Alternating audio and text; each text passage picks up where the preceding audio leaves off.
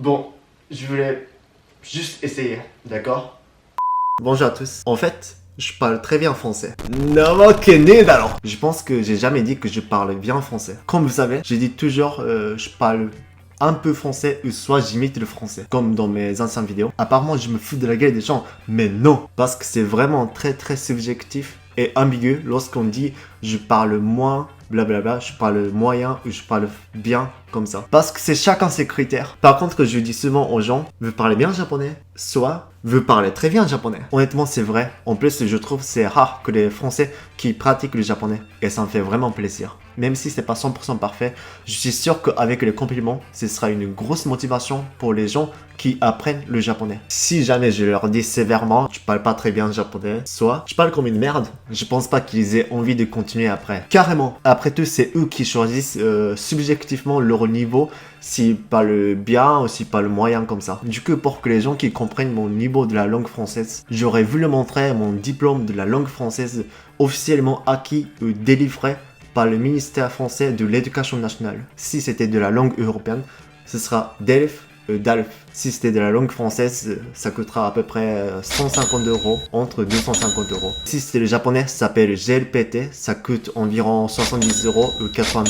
Et moi, j'ai pas de thune, donc c'est pas officiel, mais j'ai fait un examen sur internet, mais c'est gratuit. Et il m'a annoncé que mon niveau, ce sera à peu près DELF A2, entre DELF B1. Du coup, c'est un équivalent de GLPT N4 à peu près. Peut-être c'est un niveau intermédiaire, genre un peu médian. Mais c'est pas un niveau certain, c'est-à-dire c'est pas officiel. Parce que c'est un test que n'importe qui a créé. Alors, c'est une des raisons pour laquelle je dis plutôt, je parle un peu français. Bref, on entre le sujet. Une chose qui me perturbe dans la vie en France, c'est que quand je peux pas mesurer correctement le niveau de la langue des gens. Combien de fois je me sens mal à l'aise et aussi coupable dans cette situation pareille. Lors de la rentrée des cours de langue, par exemple à la fac. Bonjour, je parle français parce que je suis française et je parle anglais couramment. Je parle espagnol parce que ma grand-mère est espagnole et j'étudie maintenant ici allemand, donc je parle un peu allemand. Et je parle japonais parce que j'étudie le japonais depuis longtemps et je voyage souvent au Japon. すごいですね。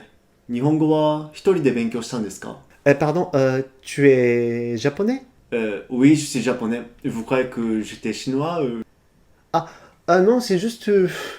je comprends plutôt la littérature japonaise que l'oral. Ah, la littérature japonaise. Oui, c'est important.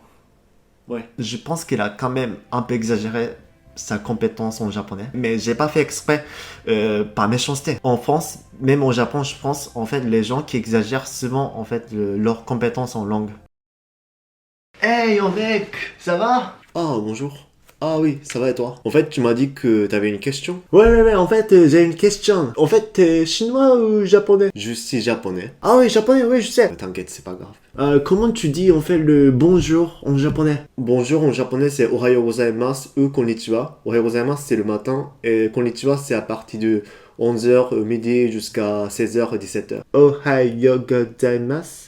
Et konnichiwa. Si tu veux, j'écris en japonais. Ça s'écrit comme ça. Ok. Et comment tu dis merci en japonais? Merci en japonais, c'est soit arigato, c'est familier, soit arigato gozaimasu, c'est plus poli. De quoi? Arigato gozaimasu? Ok, arigato gozaimasu. Ok. Comment ça s'écrit en japonais ou quoi? Ça s'écrit comme ça. Comment tu dis bon voyage en japonais? Par exemple, yoi tabi wo. Yoi tabi wo. Oui, yoi tabi wo. Tiens, ça s'écrit comme ça. Ok, bah, ça s'écrit comme ça en japonais. Merci, mec. Je peux écrire sur mon CV japonais notion, le écrit parler. Nice. Je vais poster ça aux hôtels ou aux agences de voyage. Attends, t'es sûr que t'auras pas de problème? Bah pourquoi? Y a pas de problème, non? C'est pas le mensonge. En fait, tu sais quoi? T'es mon prof de japonais. Moi? Je suis prof de japonais. Ah, il faut écrire aussi. Étudier avec un professeur de japonais pendant 3 ans. Mais attends, ça fait 3 minutes qu'on se parle. Mais pourquoi 3 ans? Mais qu'est-ce que tu fais là? Mais qu'est-ce qui t'arrive? Bah, on se connaît depuis 3 ans, non? Mais on se parlait presque pas. En tout cas, merci Joe. Je te tiendrai au courant si je réussis. Hein. Bah, bonne chance.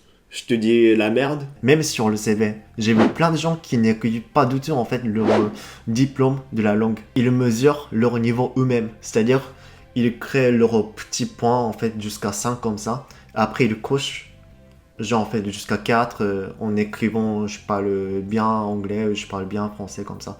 Du coup, c'est vraiment subjectif. Oh, don't ne vous inquiétez. Yeah, we are fair our meal. Okay? Yeah, I'm so happy to meet you.